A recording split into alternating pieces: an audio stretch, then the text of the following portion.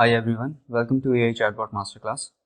This is Mohit, Chief Business Officer at Trini, and I'll be taking you through the sales part of the course. Before starting the sales part, let me just tell you what all are we going to cover in the series. So we will be starting off with the introduction to sales, in which we'll be going through the terms that are used in sales cycle so that you can get a hook of what actually sales is. The next will be the portfolio and profile building. We'll be taking care of the LinkedIn profile building in this because this is one of the most important tools that we should leverage to increase our business. We'll also be covering some of the LinkedIn growth hacks and some of the tools that we can use in sales. The next will be how to generate leads for businesses if you want to start a business after this course, or if you want to do freelancing, we'll be teaching you how you can actually generate leads accordingly. The next will be how to pitch the product to the customers, what can be their cross questions, and what should be your answers. We'll also be covering the pricing model of this product that you will be building, whether it should be a session based pricing or whether it should be a contractual based pricing. It actually depends on the customer end as well, but we'll be going through each and everything. Negotiation will also be covered in this, and at last the closing techniques will be covered. So without further ado, let's get started. What is sales? So sales is a term used to describe the activities that lead to the selling of goods or services. It seems simple, right? In reality, sales is brutal. Because actually the thing is, sales is something which brings businesses to an organization. It brings revenue to an organization. Because of sales, the company runs. So something that is so important cannot come easy. To prove that, let me just tell you some of the statistics. Rejection rates for most of the sales reps in the industry are around 95% and above. It's actually 99%, but because many organizations generate leads in the domains that are not their potential customers, and they are most likely to reject it. That's why it goes up to 99%, but in reality it's around 95 to 96%. So if you're reaching out to 100 customers in a day, then it is sure that 95% of the customers are going to reject the offer. That's how hard sales is. Also, it takes an average of 8 cold calls attempt to reach a prospect to finally breaking the ice. So if you have a lead and you want to contact them, then also it's a very tough task. It will be taking around 8 calls. The next is 80% of sales required 5 follow-up calls after the meeting, and 44% sales reps give up after 1 follow-up call. So even after breaking the ice, even after giving the demo, it's not like that the customers are going to close it on their own. You will have to give follow-ups, and around 80% of sales require 5 follow-ups. That is the bare minimum that is mentioned in the presentation. It can take up to years as well. Next is 92% of the customers interaction happens over the phone call. So it means cold calling is not dying any soon. See, there is a myth in the market that you cannot generate business now via cold callings or cold emails, but that's not true.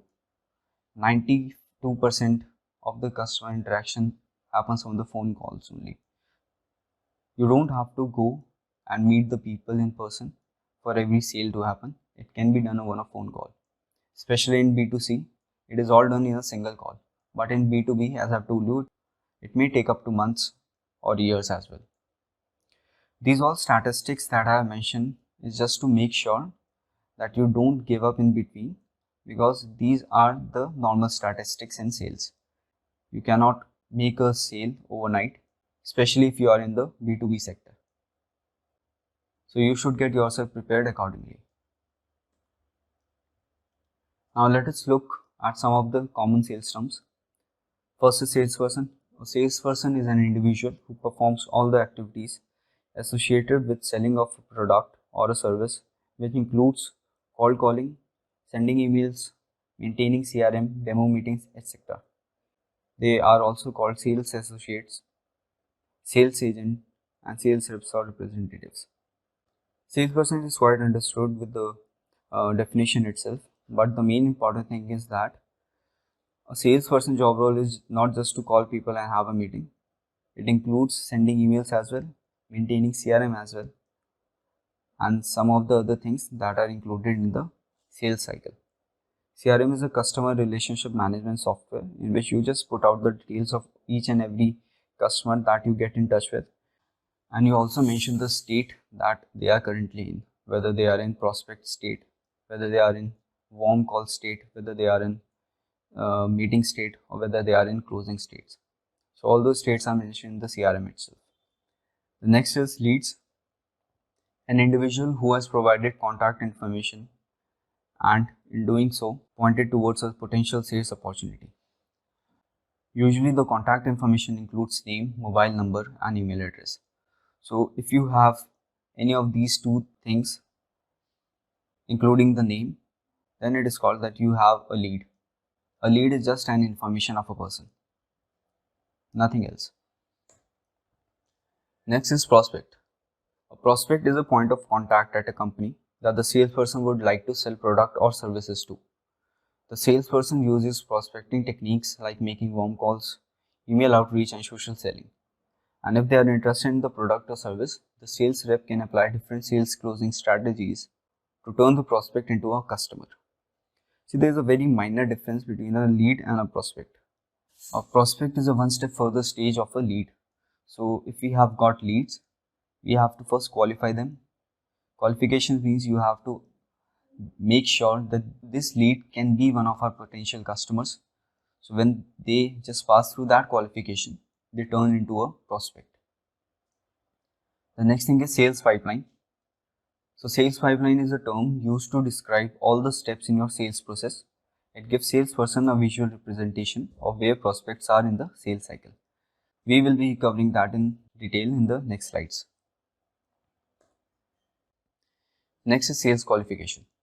Sales qualification is the act of evaluating potential prospects to determine whether they possess the characteristics that make them a good fit for your product or service. In simpler terms, qualifying a lead or prospect means determining whether or not they are worth your time. See, as I have mentioned you, sales qualification is one step further to sales so that it can be converted into a prospect. So you just ask some of the qualification questions, or without asking the qualification questions, you can actually qualify the lead by looking at the profile of the person. In chatbot industry, we mainly target the marketing managers and digital marketing managers of the companies. For example, now if you are targeting some HR manager of a company, it's likely not to become a prospect because it's not going to qualify, right? So we can actually qualify sales prior making a call as well. Next is closing a sale. It is generally defined as the moment when a prospect or customer decides to make the purchase. Very few prospects will self-close, making it necessary for the salesperson to instigate the close.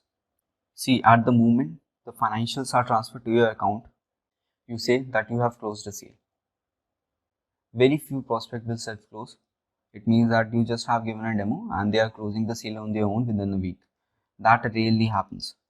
It may happen in a B2C market, but in B2B, it doesn't happen. As I've earlier mentioned as well, that it may take up 2 years. So the salesperson have to be in contact touch with the concerned person, be regular with the follow-ups, and be regular with the updates. This is the sales process timeline, that is the sales cycle. So first of all, you have leads. As you know, these are the basic information about the people in organization. Then leads goes to the qualification stage to evaluate potential prospects to determine if they are the customer of our segment or not. Once they are qualified, they goes into the prospect stage where leads become prospect after going through qualification states, as I have mentioned earlier as well. Next is the pitch. Pitch is the introduction that you give to your prospect about your product or service, including the values you provide to them. We'll be taking up how you should write a pitch in the next sessions. But for now, pitch is actually the first impression of your product or service. The next is proposal. So proposal is a detailed explanation of the product or service that you offer in a documented form. So after the pitch, if the customer is interested, they'll asking you for the proposal you have to maintain a proposal for your product and you have to send them so that they can actually follow up with their senior managers as well. So that is the proposal stage. The next is follow-ups. Follow-ups are n number of contact needed to make with the prospect regarding the proposal and update on the closure of the deal. So the follow-up stage is the stage that takes most of the time in the entire sales process timeline. It may take up to 3 to 5 years as well. Next is closing. A deal is set to be closed when everything has been done and the financials has been transferred to your account. Then you say that you have closed a deal. See, there is one thing that you should remember when you are in sales, and this is the crux to sales. You should never give up on any prospect until you receive a clear no from their side. See, actually the thing is, the success rate in sales is already very less, right? So you will have to give your 100% and just keep on reaching out to the customers, keep on reaching out to the prospect until or unless they say a clear no on your face. In the next session, we'll be taking up the portfolio and profile building. I'll be going through some of the LinkedIn tactics as well, which can help you in building a profile. And after that, we'll be going to some of the LinkedIn growth hack tools as well. That's it. Thanks a lot.